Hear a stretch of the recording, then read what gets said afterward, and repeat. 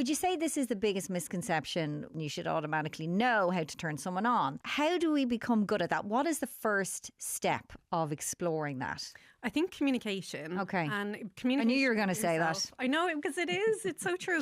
Like, we expect people to be mind readers because we might see it in porn. There's very little dialogue in porn apart from, I'm here to fix your washing machine or something like that. Yeah. When we think of something that's bad sex, it's probably because we're not communicating. We're lying there going, geez, this is terrible. Like, what time will I pick the kids up from school, or what to do? And the other person's probably going, I'm doing a great job.